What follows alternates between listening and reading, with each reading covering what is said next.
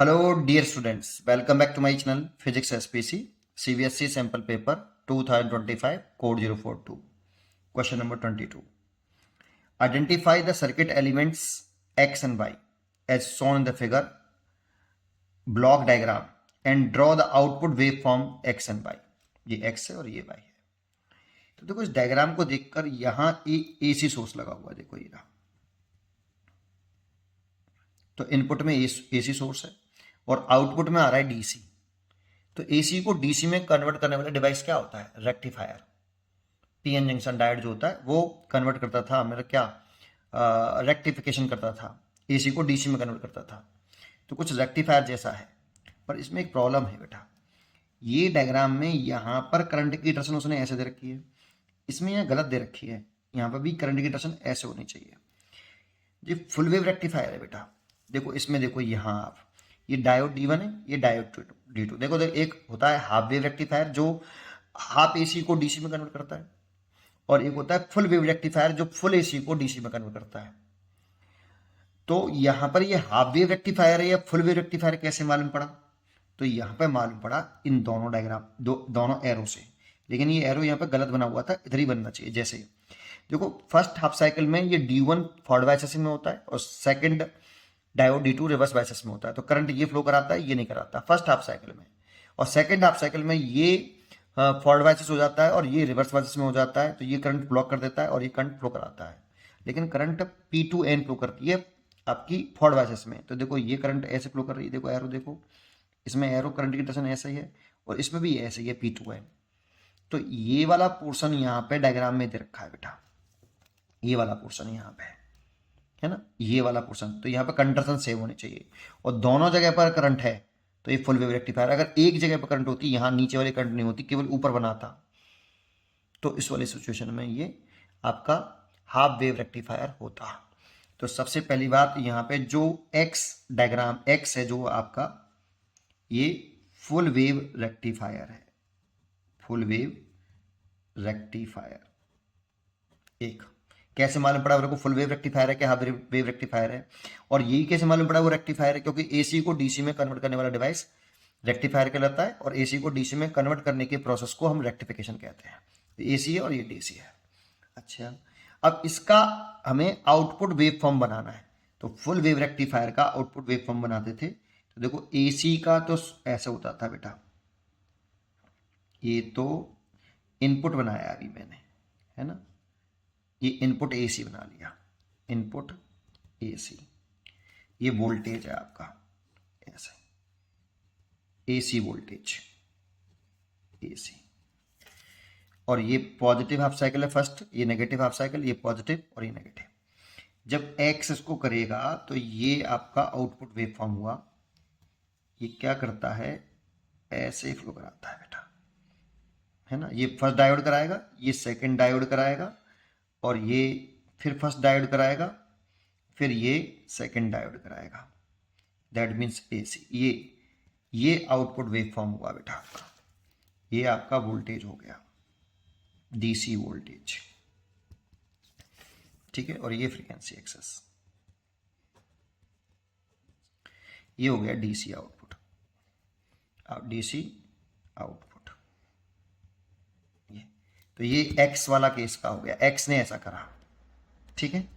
अच्छा, अब ये Y क्या है? तो देखो ये जब करंट यहाँ के बाद यहाँ आ जाती है ना, तो यहाँ पर अगर हम एक ऐसे इस सर्किट डायग्राम को देखो, ये सर्किट डायग्राम है, ये D1 है, इसने करंट दे दी, ये वाली करंट आ गई. और फिर ये वाली करंट है, इसने भी दे दी, ये करंट आ गई. अब ये लोड रेजिस्टेंस में जाने से पहले यहाँ पे एक कैपेसिटर लगाते हैं बेटा. इसको बोलते हैं फिल्टर. ये ऐसे आता है, फिर यहाँ अर्थिंग होती है, और फिर इस जगह पर ये ट्रांसफार्मर का इस तरह से एक सेकेंडरी कॉइल है, और इसको सेंटर ये यहाँ से टच नहीं है, इसका मतलब है टच नहीं है, और ये सेंटर वाले पॉइंट पर कनेक्टेड है. सेंटर पर पॉइंट पे बराबर है, इसीलिए पीक वोल्टेज मैंने बराबर दिखेंगे. ये सबके डायोड D1 का है, ये डायोड D2 का, ये डायोड D1 का, ये डायोड D2 का. तो ये कैपेसिटर एक फिल्टर की तरह से काम करता है. देखो ये जाएगा पहले कैपेसिटर में, फिर आएगा लोड रेजिस्टेंस में, और यहाँ लोड रेजिस्टेंस पर हमें डीसी करंट आएगी, लोड रेजिस्टेंस पर डीसी करंट आएगी, एक्स और वाई पर हमें यहाँ पे डीसी आउटपुट आएगा। ये फिल्टर क्या करता है, इसको बोलते हैं कैपेसिटर, इस पूरे को फिल्टर का काम करता है ये कैपेसिटर। यहाँ पे फिल्टर इसकी इस करंट को, इस वाली करंट को थोड़ा सा स्मूथ कर देता है। देखो ऐसे अगर इसमें बनाएं तो ये जो करंट थी ना, ये वाली करंट जो थी ऐसे, ये इसको स्मूथ कर देगा, कुछ इस तरह से हो जाएगी बेटा, ये इस तरह से हो जाएगी। कुछ ये जो करंट थी ऐसे करके नहीं, इसको ऐसे जो करंट थी इसको स्मूथ कर देगा बेटा, ऐसे कर देगा, थोड़ा सा हल्का सा इधर उधर होगा ऐसे। ये फिल्टर ने किया। ये वाई जो कंपोनेंट है यहाँ पे, वाई वाला जो है ब्लॉक जो है, ये फिल्टर को बता रहा है। और फिल्टर का आउटपुट वोल्टेज इस तरह से आएगा, डीसी आउटपुट वोल्टेज, ये डीसी वोल्टेज। ये फिल्टर ऐसे कर देगा इसको, इसकी पल्स को, जो फ्लक्चुएशन है ना, ये वोल्टेज घट रहा है, बढ़ रहा है, घट रहा है, बढ़ रहा है, इस फ्लक्चुएशन को खत्म करता है ये फिल्टर, सीधा ऐसा कर देगा इसको लगभग, ये फिल्टर करेगा भाई। अच्छा, तो ये वाला पार्ट का तो आंसर हो गया ये एक आंसर ये हो गया, एक्स ये करेगा, ये एक्स के लिए हो गया आउटपुट वेव फॉर्म, और ये वाई के लिए हो गया आउटपुट वेव फॉर्म। ठीक है। अच्छा, अब इसमें आ जाऊं, इसमें क्या कह रहा है, if the centre tapping is shift toward the diode D1। तो देखो ये शिफ्ट डायोड D1 की पहले सेंटर पे थी, D1 की तरफ ले जा रहे हैं। तो एक्चुअल में होता क्या है, जब इसमें वोल्टेज चेंज होते हैं तो अकॉर्डिंग टू म्यूचुअल इंडक्टेंस, जब इसमें वोल्टेज चेंज हो रहा है, वेरी कर रहा है, करंट चेंज कर रहा है, तो अकॉर्डिंग टू म्यूचुअल इंडक्टेंस इसमें ये फर्स्ट हाफ साइकिल में ये पॉजिटिव और ये नेगेटिव होता है बेटा। तो इसमें एक इंड्यूस्ड ईएमएफ डेवलप होता है। उस इंड्यूस्ड ईएमएफ की जो डेवलप होती है, वैल्यू होती है सेकेंडरी कॉइल में, ये होता है कितना, N S number of turns in the secondary coil minus का d phi total over d t, sorry single turn से यहाँ पे ले लिया N S d phi over d t, ये फॉर्मूला होता है। अब जरा सोचो, अगर इसको आप सेंटर टेपिंग को ऊपर तरफ से रखाओगे तो इसमें इस वाले पोर्शन में नंबर ऑफ टर्न्स कम हो जाएंगे, और नंबर ऑफ टर्न्स कम हो जाएंगे तो इंड्यूस्ड ईएमएफ कम होगा। तो एक्चुअल में जो D1 में जो करंट फ्लो करेगा ना, वो एक्चुअल में ऐसे होगा, इंड्यूस्ड करंट ईएमएफ डेवलप होगा, इंड्यूस्ड ईएमएफ कम डेवलप हुआ D1 में तो इंड्यूस्ड ईएमएफ की वैल्यू कम होगी, तो ऐसे करंट डेवलप करेगी। देखो ऐसे ऐसे जाएगा करंट, ऐसे जाएगा, और ये करंट ऐसे आके सेंटर टेपिंग में ऐसे होते हुए ऐसे चलेगा ये करंट। D1 में करंट ऐसे है बेटा, ऐसे। और अगर D2 सेकेंड हाफ साइकिल में, जब सेकेंड हाफ साइकिल हो जाएगी तो ये नीचे वाला प्लस का हो जाएगा और ऊपर वाला माइनस का हो जाएगा। फिर सेकेंड हाफ साइकिल में D2 कैसे काम करेगा, D2 ऐसे कराएगा, क्योंकि इसका नंबर ऑफ टर्न्स ज्यादा रहेंगे बेटा।